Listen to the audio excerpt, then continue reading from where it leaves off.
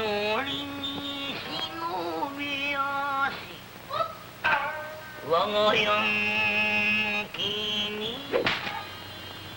たたずねば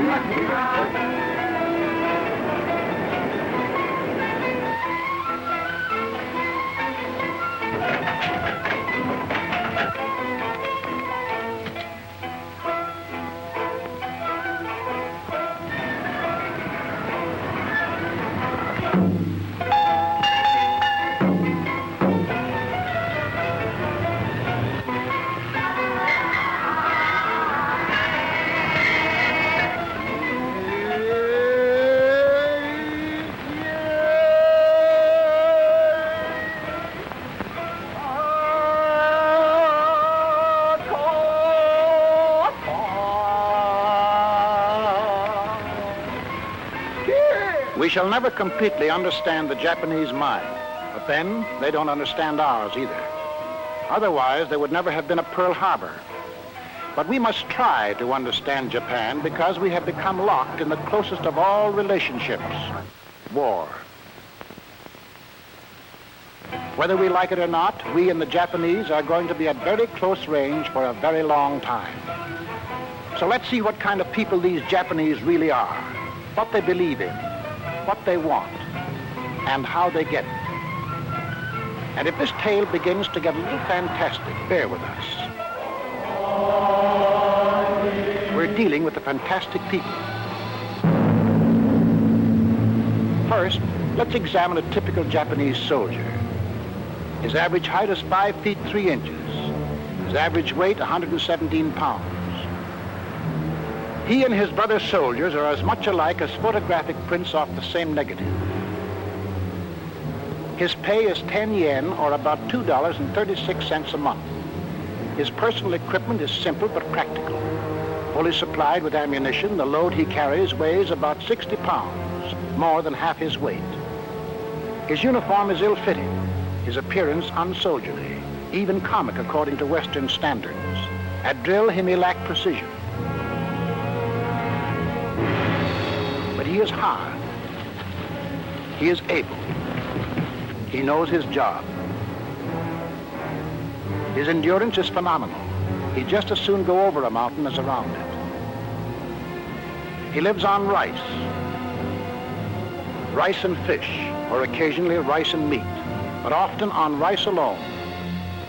And he's proud of it. He is prouder still of the fact that to be a soldier is the highest human achievement in Japan.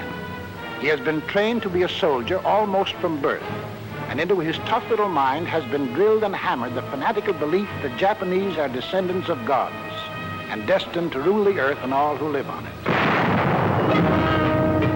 To this end, treachery, brutality, rape, and torture are all justified if used against non-Japanese.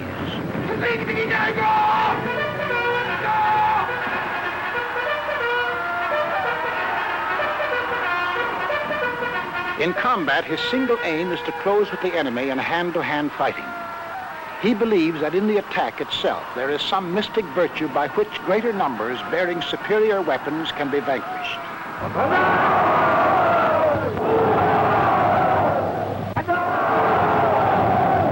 In his mind, there is usually no question of choice between death and surrender.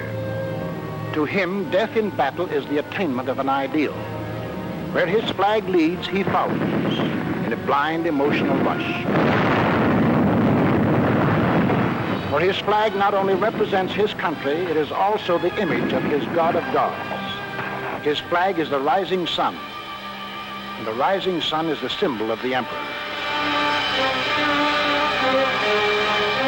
To the Japanese, their emperor is the most holy of holies, their visible God. He is also their political ruler, the natural and supernatural. Religion and politics all done up in a one-man package. Entrust to one man the powers of the President of the United States, the Prime Minister of Great Britain, the Premier of Soviet Russia. Add to them the powers of the Pope, the Archbishop of Canterbury, the head of the Russian Orthodox Church. Then top it all with the divine authority of our own Son of God, and you will begin to understand what Hirohito means to the Japanese, why they call him the God Emperor. For to the Japanese, Hirohito is a direct descendant of the sun, and what is so high, so brilliant, and so mighty as the sun? Accordingly, no one can stand above or look down upon the emperor. When he passes through the streets, all windows above the first floor must be tightly shuttered. The train to Tokyo from anywhere in Japan is the up train to Tokyo because the emperor lives there. Nor can the emperor be imitated in any way. Only his automobile may be maroon colored. Not even his tailor may touch the person of the emperor, for who would lay hands upon the sun? If you are Japanese, it actually hurts your eyes to look at Hirohito, just as it hurts your eyes to look at the blazing sun. Nor would anyone dream of handling his uncovered picture. When Hirohito's face appeared on the front cover of an American magazine, the Japanese government filed an official protest with the American State Department. Whatever takes place in Japan, it is he, the God Emperor, that causes it. From him all things emanate, and in him all things subsist. He makes the Japanese rice grow. He makes Japanese soldiers conquer the world. In his name, they bring to other people justice, enlightenment, truth, co-prosperity, and peace.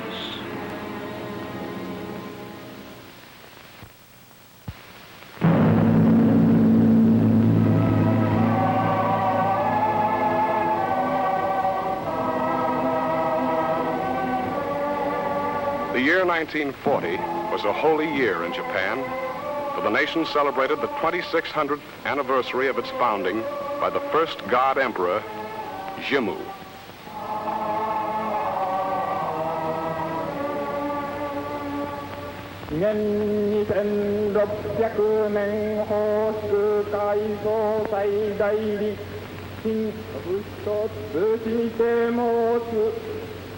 If you are Japanese, you believe that Jimmu was the grandson of Prince Ninigi, who himself was the grandson of the sun goddess, Amaterasu Omikami. And she, the sun herself, said to Prince Ninigi, "Go down and rule over the luxuriant land of reed plains, which your posterity is to govern as monarchs." Whereon Ninigi descended from heaven to the land of reed plains and built a palace, and took to wife the daughter of a mountain deity, and she bore Ninigi a son. And Ninigi's son in turn took to wife the daughter of the god of the sea, and they too had a son, whom they named Jimmu. Exactly 2,600 years ago, Jimmu landed at Yamato and proclaimed himself emperor over all the islands, saying, "Let us extend our capital until it covers the 8 corners of the world under one roof." And in this way, the Japanese Empire was created. Hirohito is the 128th direct descendant of the sun goddess. And since from the beginning the emperor gods have mingled their flesh with mortal flesh, it follows that all Japanese are cousins in divinity. The soldier and the wrestler and the priest, the woman in the rice fields, the factory worker, the geisha girl, the businessman, the diplomat, the fisherman off California. All are members of one family, whose blood is superior to the blood of any other race on earth, because it is mixed with the liquid sunshine of the gods. And what's more, they believe it.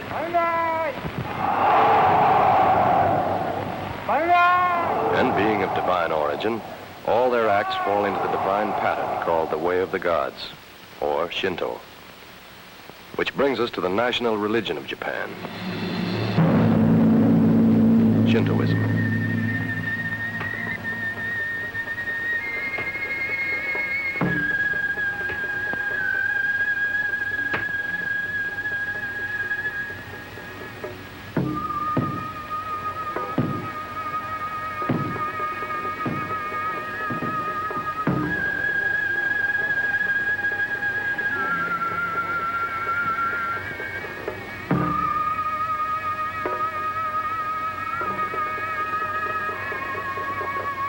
Now, Shintoism will not be easy to understand, but since it is the heart, brain, and soul of the nation and dictates all Japanese actions for the living and for the dead, it is important that we try to understand it.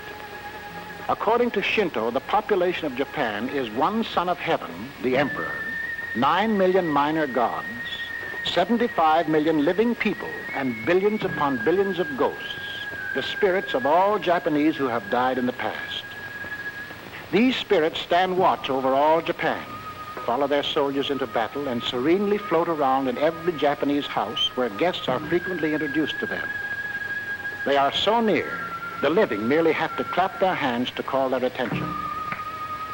They are fed choice food and incense is burned for them. Each living Japanese is merely a link in this endless chain of ghosts.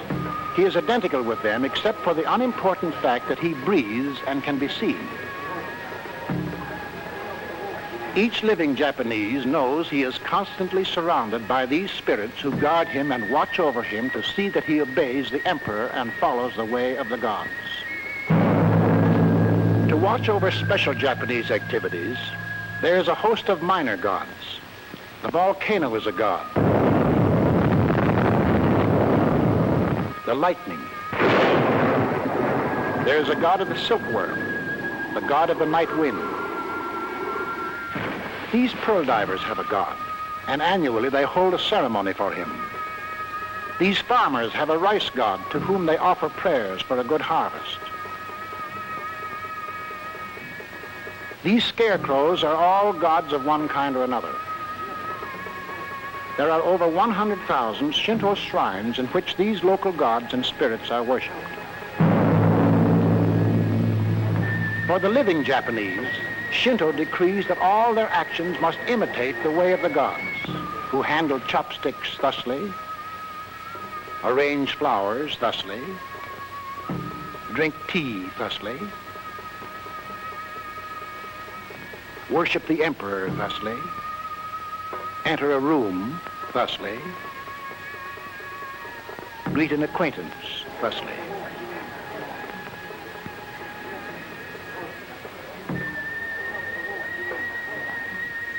Now, on the surface, Shinto seems to be a nice, quaint religion for a nice, quaint people.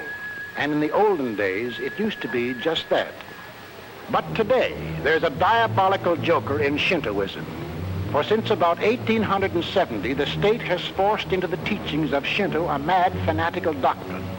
A doctrine that has brought suffering and death to untold millions of innocent Asiatics, and now to thousands upon thousands of Americans.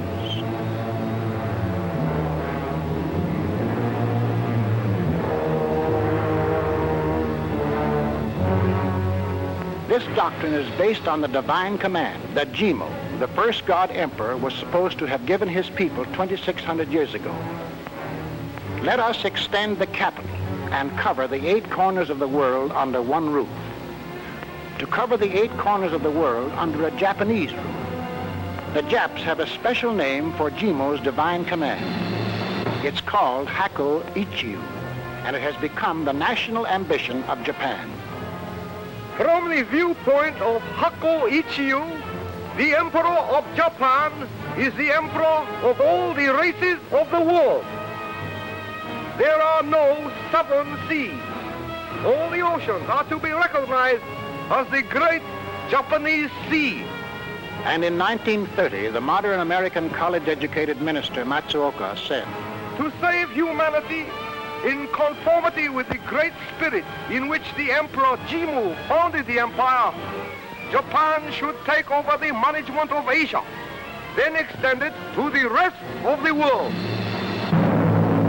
If you are Japanese, you believe you have been commanded by heaven to conquer all other races and peoples and put them under a Japanese rule.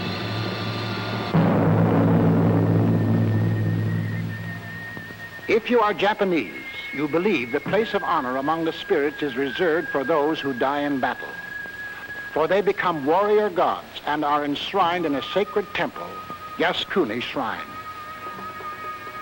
The names of soldiers killed in battle are written on little tablets and placed at night in the inner recesses of this most holy Yasukuni Shrine. That is the greatest honor that man can achieve in Japan, to die in battle and be enshrined in Yasukuni, where even the emperor comes to bow to him. That's why soldiers, when saying goodbye to each other, often say, "See you in Yasukuni." That's why mothers and wives accept the ashes of their dead soldiers without grief or sorrow. The silent victorious return, it is called. For the dead are warrior gods who live on beside them to be cherished and cared for, to be given food and drink and a lighted cigarette to smoke.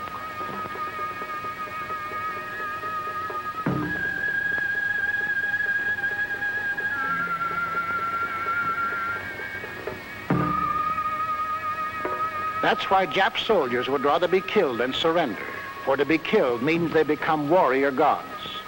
To surrender means everlasting shame and dishonor to them and their family and all their ancestors. If you are Japanese, you believe these things implicitly.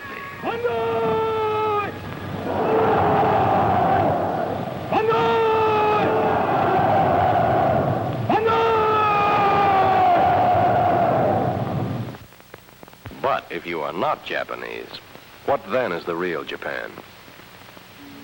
The Japan of the geographer, the anthropologist, and the historian. The Japan of which the Japanese themselves know little or nothing. The name Japan comes from two Chinese words, ji and pen, the literal translation of which is the land where the sun comes from. The Chinese called it that because Japan lay to the east. Geographers say Japan is a chain of volcanic islands, 1,200 miles long and an average of 120 miles wide, her total land mass being a little larger than the state of California. Rocky and mountainous, only 16% of Japan is suitable for farming. Every human being in Japan lives within sight of mountains, many of them from 6,000 to 12,000 feet high. There are some 50 active volcanoes scattered through Japan. On an average of 4 times a day, Japan has earthquakes, severe shocks occurring about once every 2.5 years, with one disastrous earthquake about every 25 years.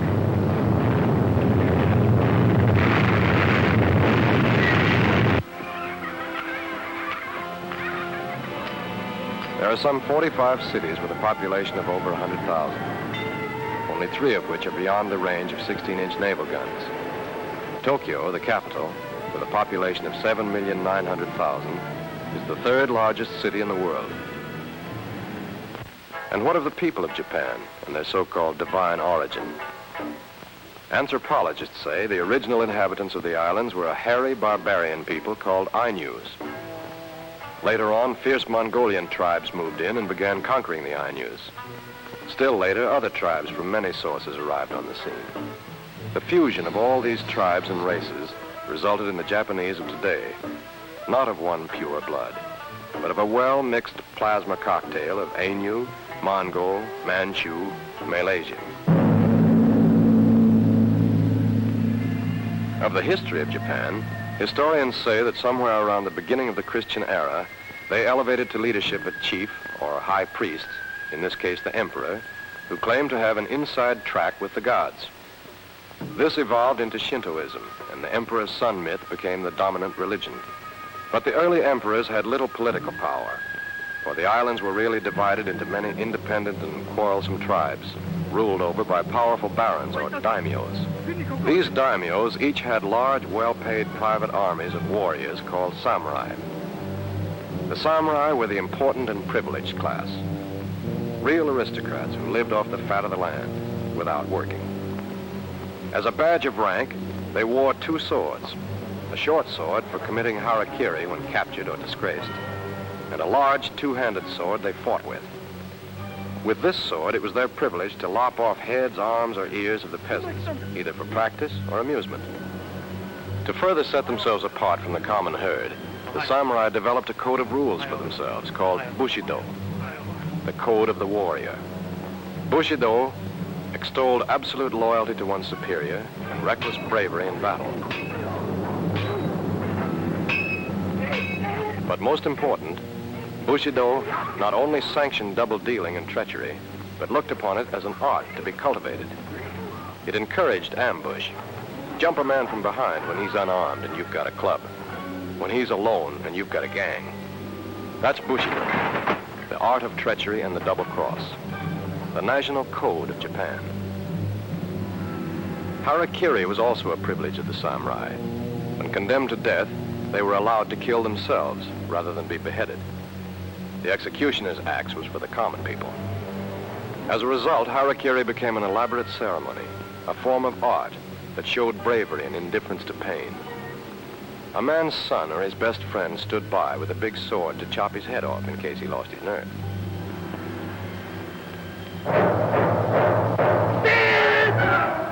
The daimyos and their paid samurai engaged in unending bloody civil wars against each other for the right to become the shogun.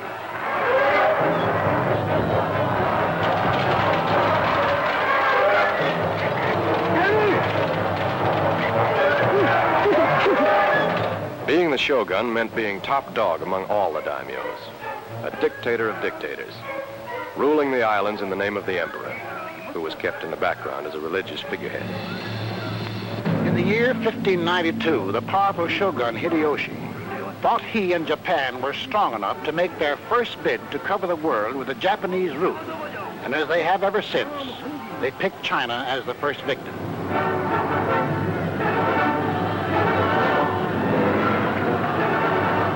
Hideyoshi invaded Korea, but Chinese from other provinces came to the aid of the Koreans.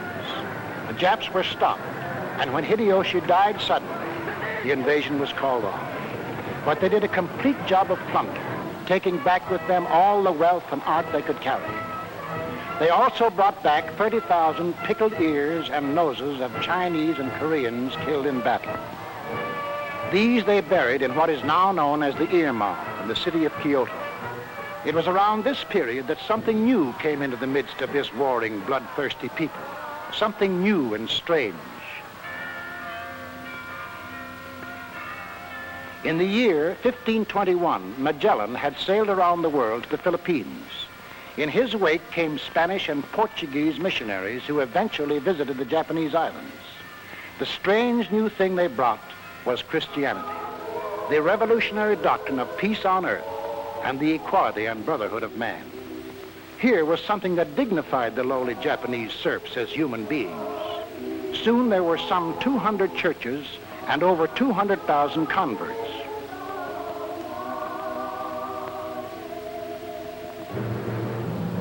The warlords became frightful. These foreign medicine men were teaching tolerance, brotherly love, peace, and even equality. So they acted.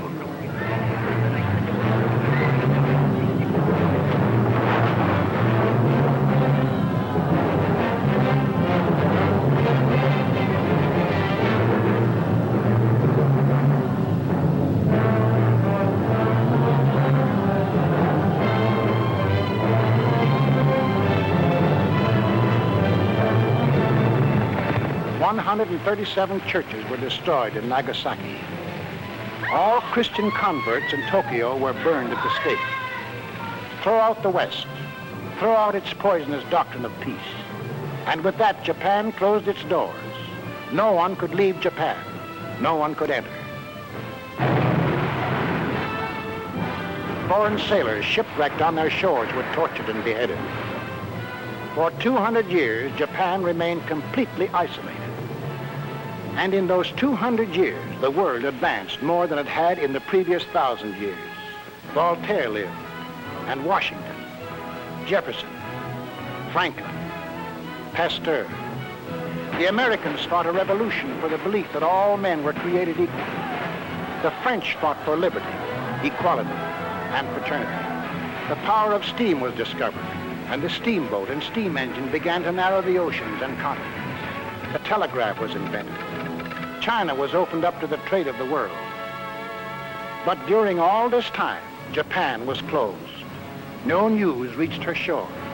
She remained a nation blacked out from the rest of the world, still living in the Middle Ages.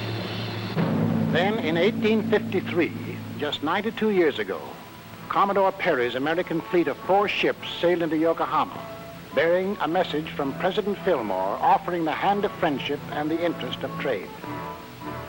The Japanese warlords woke with a shock from their 200 years of self-imposed isolation.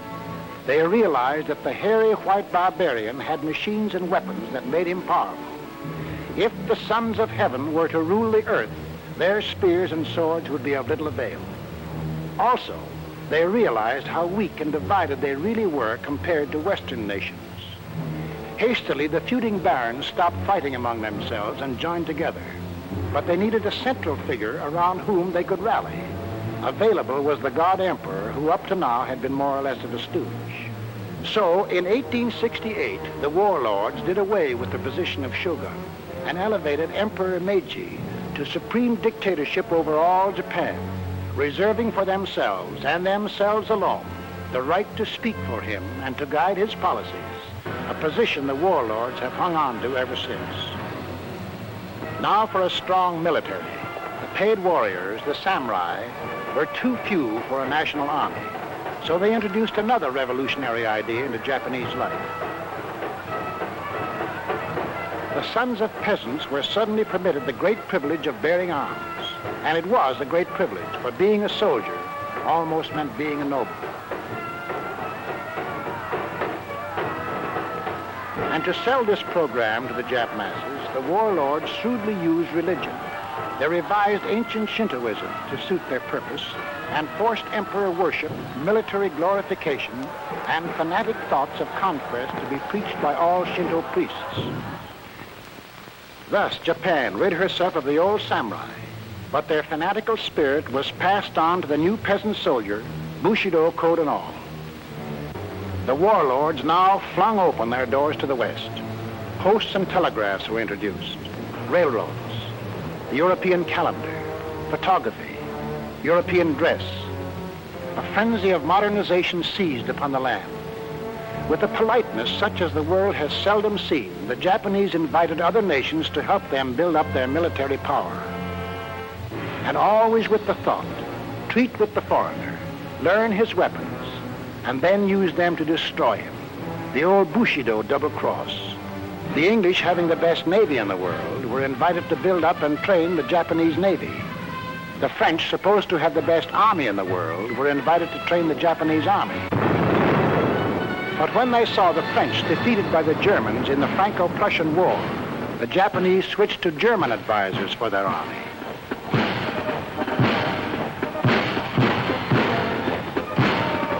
From the English and the Americans, they borrowed the outward forms of democracy, the ministers and their representative body, the Diet. But this was all a cruel joke, for the Army and Navy cabinet ministers, still actually descendants of the old feudal barons, are above and beyond any law-making body. They have direct access to the emperor and can entirely bypass the civil government. In fact, whatever Japan took from the West or the Chinese, the warlords never took the moral or ethical principles that went with them. All modern knowledge that has come to the Japanese people, all culture, all ideas, all thinking has been filtered through to the people from the top down.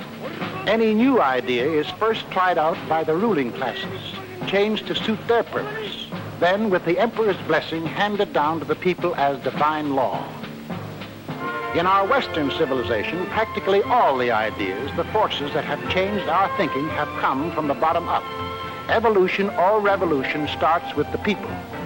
With the Japs, evolution is handed down to the people. Japan was westernized by decree, not by popular desire. In spite of westernization, everyone in Japan still rules over his inferior and in turn bows down to his superiors just as they did in the Middle Ages. Women have the least standing of all. They must obey the males in all things. Even today, there isn't any moral right or wrong in Japan. Merely, are you or are you not obedient to your superiors? For instance, today, a father still has the power to sell his daughter when she is 11 or 12 to a factory or a mill. She will eat, sleep, and go to school in the factory, but all her earnings will go to her father. Or if she is a little older and he needs money, the father can sell her outright to a geisha house or house of prostitution. And modernization has done even less for the standard of living. Individual welfare still doesn't count. Discomfort is supposed to be a divine virtue. And that's why the people of Japan all work as long as they can, and as soon as they can, and as hard as they can. For they, too, consider themselves as soldiers with a divine mission. These women beat the earth in humble rhythm, just as they did 1,000 years ago. These women work day after day, month after month in the rice fields, human machines producing rice and soldiers. Over their heads fly the latest planes to the wars. A diesel train thunders past. But these farmers work and live and eat like they did in the 17th century.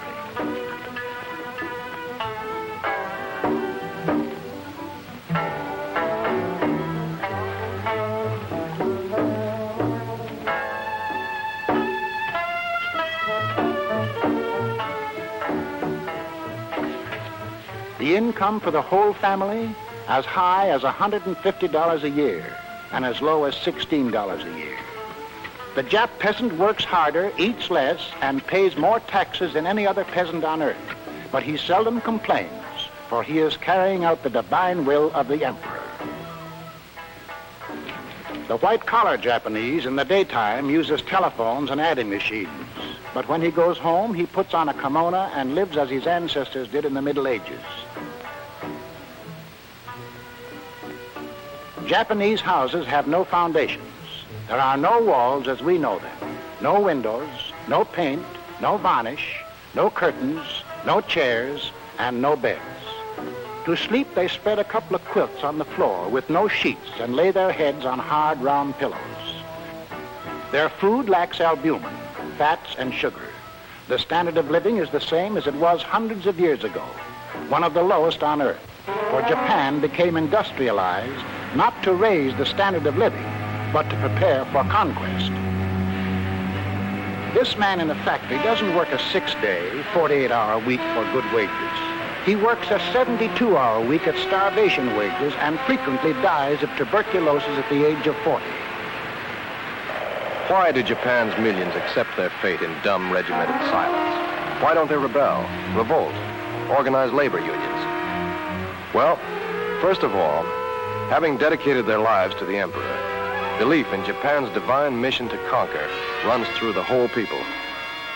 This makes practically all of them willing prisoners of a vicious, ironclad social structure, a system of regimentation so perfect it made Hitler's mouth water. On top of the heap of this social structure are leaders of the Army and Navy, the warlords who surround the emperor. They are Japan's first team. Nearly equal in power are the half-dozen super-rich industrial aristocratic families who own the wealth. They're the second team. And they play ball with the military rulers because the warlords give them cheap, uncomplaining labor and lush profits. And they, in turn, provide the money for the war machines. Next in line are the professional politicians who are appointed by the government as rulers over the 47 provinces. These political stooges slavishly follow orders because their jobs and their very lives depend on the whims of the Army and Navy leaders. At the bottom of the heap are the peasants and workers, the hoi polloi, the masses. To make sure the masses stay in their place, there are the police, the gendarmes, the Japanese Gestapo, and the billions of ghosts of dead Japanese ancestors who watch over every act of the living. And just in case some Japanese don't believe in ghosts, they have an efficient, unique Japanese invention, the thought police. Yes, thought police, whose business it is to arrest you if you think dangerous thoughts. Who decides when your thinking is dangerous? That's easy. The thought police decides. About 10,000 people a year are arrested for thinking bad, selfish, dangerous thoughts. To keep the aristocrats and government officials from straying from the straight and narrow Japanese line, there is another strictly Japanese invention. Secret organizations like the dreaded Black Dragon Society. This secret gangster organization, made up of thousands of fanatics, was headed by one of the world's most sinister characters, Mitsuru Toyama, chief of Japan's Murder Incorporated, sometimes called the unofficial emperor. 90 years old when he died in 1944, this dreaded master murderer held the threat of death over everyone in Japan who dared oppose the warlords too strongly. 1930. Premier Hamaguchi shot down at his desk. 1932. Prime Minister Inukai. Finance Minister Inouye. Baron Takuma Dan, head of the House of Mitsui. 1936. 4 political leaders killed. The Prime Minister escapes. Brother-in-law shot by mistake. But the main reason the warlords have been able to maintain their vicious grip on Japan lies in the educational system. Education is compulsory in Japan. 97% of the Japs are literate. But the Japanese school is not an institution for the development of the mind. It is a government-controlled institution designed to teach only officially selected facts and officially approved ideas. The object is to mass-produce students who all think alike. To teach in the shortest possible time only the knowledge and skills necessary to make the student an obedient, loyal subject of the divine emperor. The children are taught only how to do things. Their minds absorb the official lessons like a sponge absorbs water. And like a squeezed sponge, they give back the same water. Teachers are trained only by the government, and only those fanatically loyal to the emperor are allowed to teach. Here are some of the divine thoughts that are hammered home every day. Our lives will become sincere and true only when they are offered to the emperor and the state. Our race has before it a great ideal, a great commission to assimilate the earth and the universe. Thus, from childhood, the Japanese are taught they are descendants of gods, a race apart and superior to all others, born for only one purpose, to dedicate their lives to the emperor. The cardinal virtue, obedience to superiors. The cardinal ambition, Hako Ichiu, to cover the earth under a Japanese roof. That is, briefly, the social structure of Japan. That is the vicious system of political and religious regimentation that hammers, kneads, and molds the whole population until it becomes an obedient mass with but a single mind. By 1894, the warlords thought they were ready for their first modern test of strength. As usual, their first move was against China. The process was simple. You send your armies over and attack. The Japs got the island of Formosa. On February 8, 1904, the Japs stepped into the big league. Without warning, they attacked the Russian fleet at Port Arthur. 3 days later, they remembered to declare war. By defeating Russia, they temporarily obscured that country's influence in the Pacific. The Japanese were delirious. They had arrived. They had defeated their first major world power.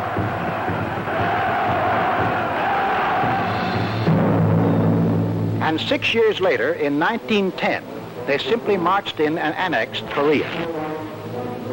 In 1914, during the First World War, the Japanese, correctly figuring the Allies would win, declared war on Germany, took the Shantung Peninsula from the Germans, and grabbed off the German-owned Marshall, Caroline, and Mariana Islands. After the war, the Japanese emissaries signed anything and everything. League of Nations, disarmament agreement, nine-power treaty. But they insisted on keeping the Marshalls and Carolines and declared them taboo to all foreigners. Hako Ichiu was coming true. The Japs couldn't seem to make mistakes. They won every war in the field and in politics. Every time they tangled with the West, they got new territory. The warlords grew more popular than ever. In 1927, one of them, Baron Giichi Tanaka, made out a secret modern blueprint to achieve this mad dream and handed it to the emperor. It is called the Tanaka Memorial, Japan's Mein Kampf. It was a simple plan, but carefully thought out. To cover the earth with a Japanese roof, the Japs had first to conquer Asia. To conquer Asia, they needed manpower and raw materials. China had the manpower. Manchuria had iron and coal. So Manchuria would be first, then China. The next step was Siberia with its vast resources of timber, coal, wheat, and metals. Then south into Malaysia and the East Indies with its fabulous empire of tin, oil, and rubber. The United States was the last step. And when the orange groves of California and the cotton fields of Alabama were part of Japan's empire, when the factories of Los Angeles and Detroit were producing for Japan's war machine, then the rest of the world would fall like a ripe plum, and the Japs would have fulfilled Jimmu's divine commandment to cover the 8 corners of the world with a Japanese roof. That was the plan, the blueprint, the specifications for world conquest. But the Japanese are careful people. There was much to do, many details to prepare at home and abroad before putting the plan into action. First, make sure of the home front, for in spite of every conceivable method of thought control, certain Western ideas were seeping into Japan, especially among city people. So Western music was banned. Instead, the government approved this. Western dancing was forbidden. Western movies were thrown out, and the people were made to see pictures of their ancient war heroes. Musicals began singing the praises of the Axis. Western card games were purged in favor of this. It's a game of super chess called Go. Actually, it is a game of military strategy. Western books and magazines not in accord with Japanese militarism were banned. Instead, these books were declared official reading. If We Fight by Admiral Shinsaku Hirata. The attack on Hawaii must be the first battle in the War of the Pacific Ocean. If one snatches away the enemy's pluck in the first battle, the American Navy will certainly become wearied in the wind of panic. Therefore, attack!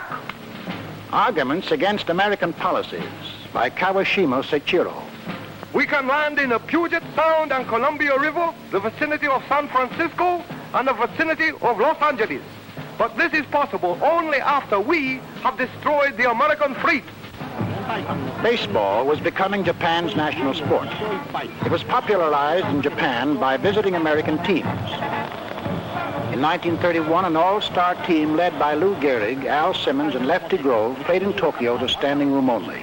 松井村瀬を一二塁に置いて南村左中間に痛烈な安打を放ち松井村瀬ホームイン次いで梶川の二塁打で南 The warlords became afraid of baseball. They tried to stop it. And when later on Babe Ruth was brought over by a Tokyo newspaper publisher, the hatchet men acted. One night, the newspaper publisher was found butchered to death. To try to take the place of baseball, the rulers encouraged the old Shinto-approved sports like sumo, kendo, and judo. Judo, or jiu-jitsu, is the act of giving in, making your opponent lose his balance, then trip him, choke him, hit, chop, poke, or kick his vital spots. The way of gentleness, it is called. Jap diplomats think in terms of judo. For example, make an offer of peace just before you intend to attack. Kendo means the way of the sword. There's no defense in kendo. It's all offense. You either kill or are killed. The Jap army thinks in terms of kendo.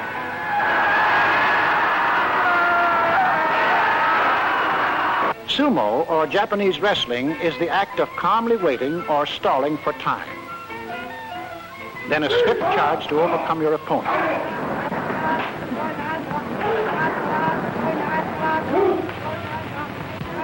The Japanese people think in terms of sumo. calm, peaceful, serene, like their volcano Mount Fuji, with violent eruptions of brutal passions in between.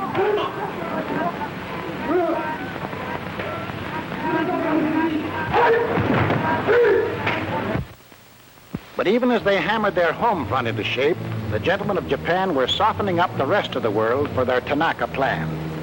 To every country marked for conquest, they sent their agents.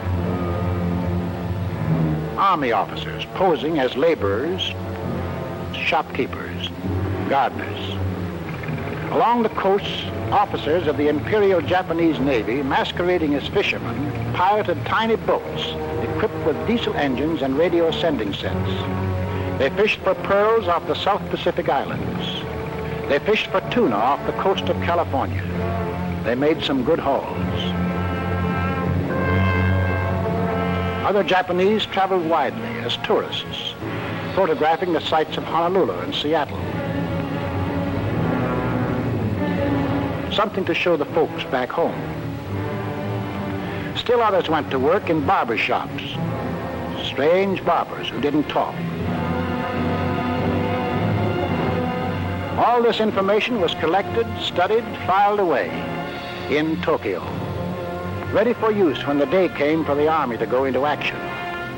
Wherever Japanese spies went, Japanese propaganda followed, especially in Asia. The message was simple. The white man is exploiting you. Drive him out. Asia for the Asiatics. Japan is your protector. Meanwhile, to finance the war machine, the second team, the industrialists, started their briefcase offensive. From the factories of Osaka, the mills of Tokyo, the chemical plants of Nagoya, the steel mills of Iwata, the shipyards of Nagasaki, came the economic bullets.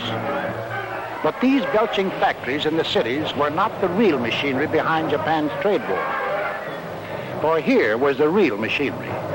The slums of the cities, where 64% of Japan's products were made in small backroom factories employing 5 people or less. There are hundreds of thousands of these factories in the home where father, mother, and children work in semi-slavery. Taking advantage of these low labor costs, the industrialists of Japan knew they could undersell every other nation on earth, and they did. All over the world, they dumped their cheap labor products. And to their dumping, they added piracy. Countless patented articles were manufactured and sold throughout Asia under their American names. The 2 best-known American spark plugs. Genuine old Scotch whiskey was made in the distilleries of Osaka. Matches made in Kobe were labeled made in Sweden. They undersold silk to the silk-producing Italians. They undersold England's cotton goods in the home of her own cotton industry. They undersold beer to the beer-producing Germans. American toothbrushes, retailing at 35 to 50 cents each, were copied in Japan to retail in American chain stores at 10 cents each. They even undersold us with our own American flag. And with the money accumulated in foreign countries with these cheap labor exports, did they in turn buy automobiles, ice boxes, or food? Did they erect better homes for the Jap workers or improve their living conditions? No, indeed. Instead, they imported oil, scrap iron, tin, rubber, aluminum, and secretly built up their powerful war machine. A fanatic nation turning its sweat into weapons for conquest. Sweat for guns. Sweat for planes. Sweat for ships. Sweat for war.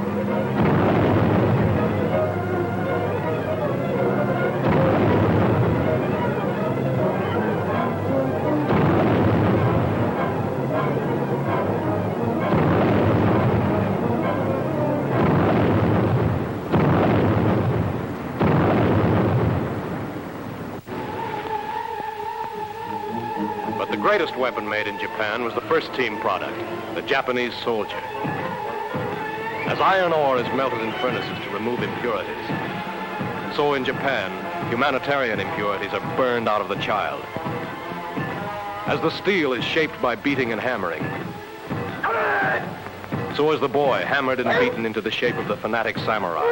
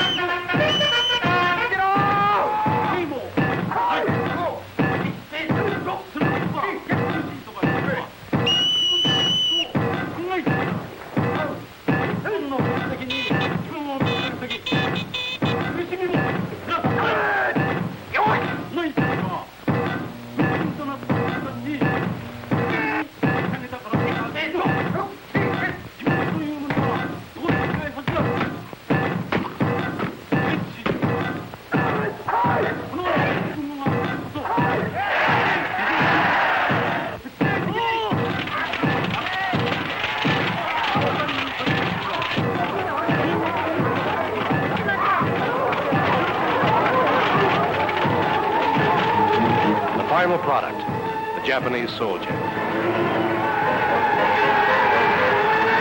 Ready to shoot, smash, and slug Jap superiority into all non-Japanese people.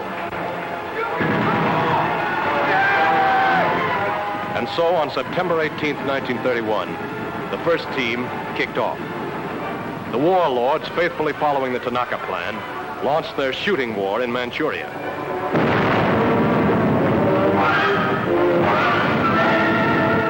Co-prosperity, enlightenment, justice, truth, peace, peace, peace.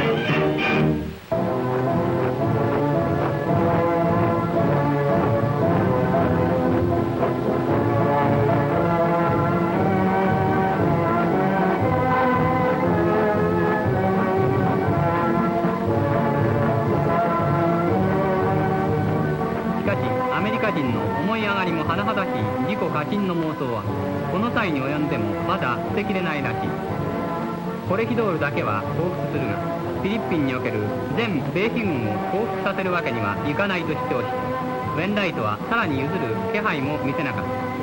我が軍司令官本間中将がウェンライトを臨検したのはその日の夕暮れである。株価弁の荒れ果てた民家で新しい世界史の第1ページを飾るべき歴史的な会見が行われた。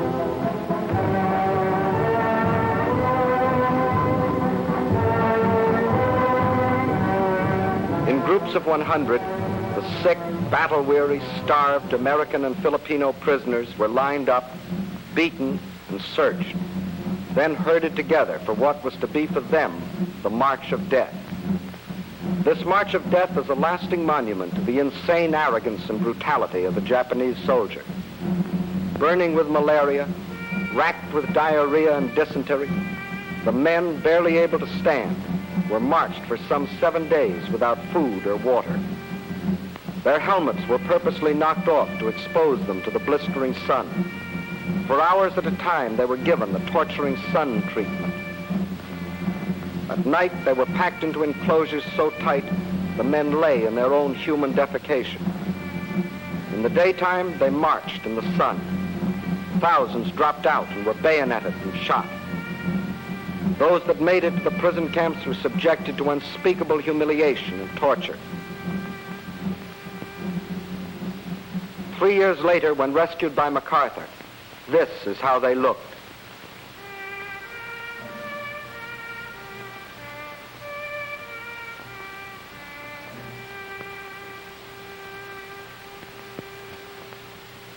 In retreating before MacArthur, the enraged Japs wantonly burned most of the city of Manila.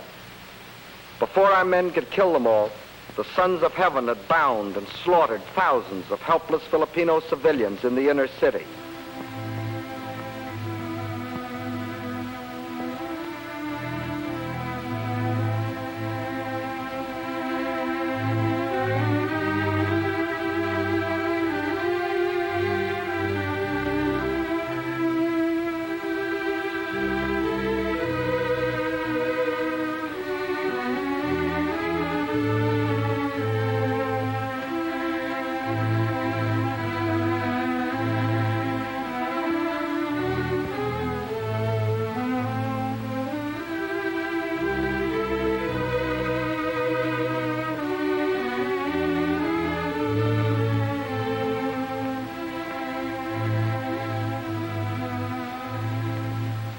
Prosperity, peace, enlightenment.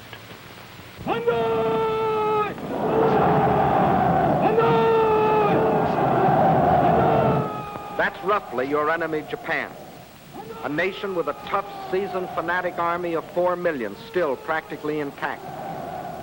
A nation that can supply 1 million new conscripts a year willing to die in their foxholes. A nation that believes we will throw in the sponge because they will outfight us, outlast us, outdie us. A nation hell-bent to rule the world or commit national suicide.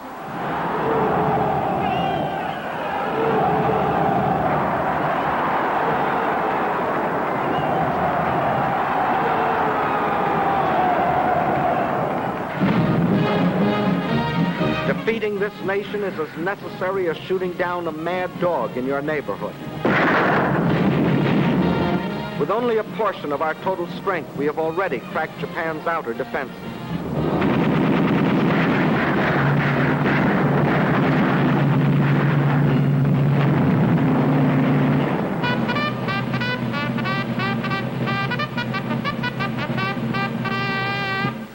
General MacArthur has brilliantly retaken the Philippines and cut their supply lines to the Indies. The trifibious power attack to retake Corregidor was the payoff that thrilled the hearts of Corregidor's gaunt American and Filipino defenders of 1942.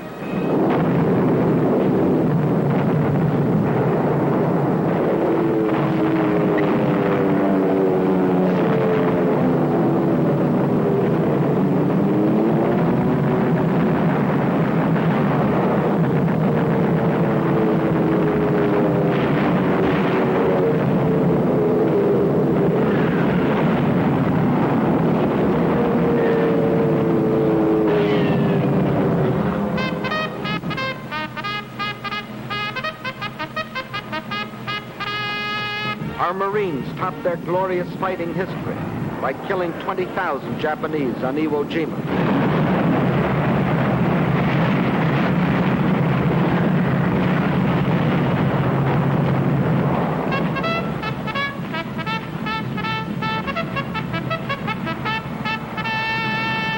On Okinawa, we trapped and destroyed over 100,000 of their best troops.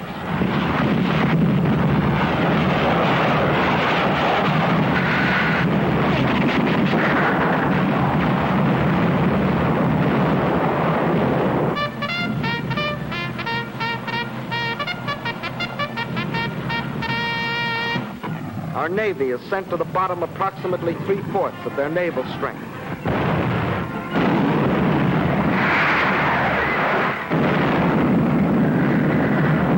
Our submarines and air forces have sunk millions of tons of their shipping.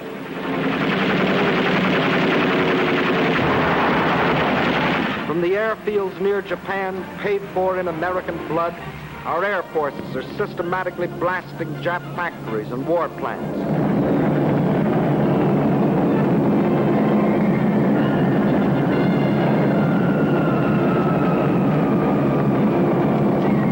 Now that the Nazi gangsters have been blown apart, now we can concentrate the full fury of our total power on Japan.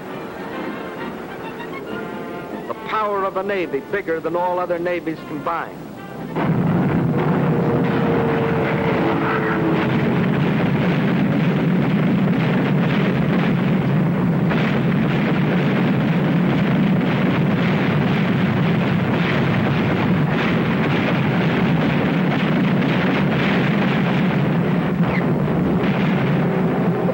an air force greater than all other air forces combined.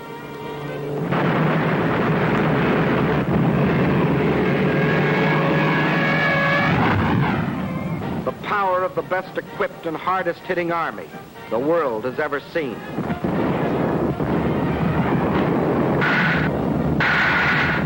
We're going to destroy Japan's armies, Japan's navy, Japan's air forces, Japan's war factories, Japan's whole power to wage war.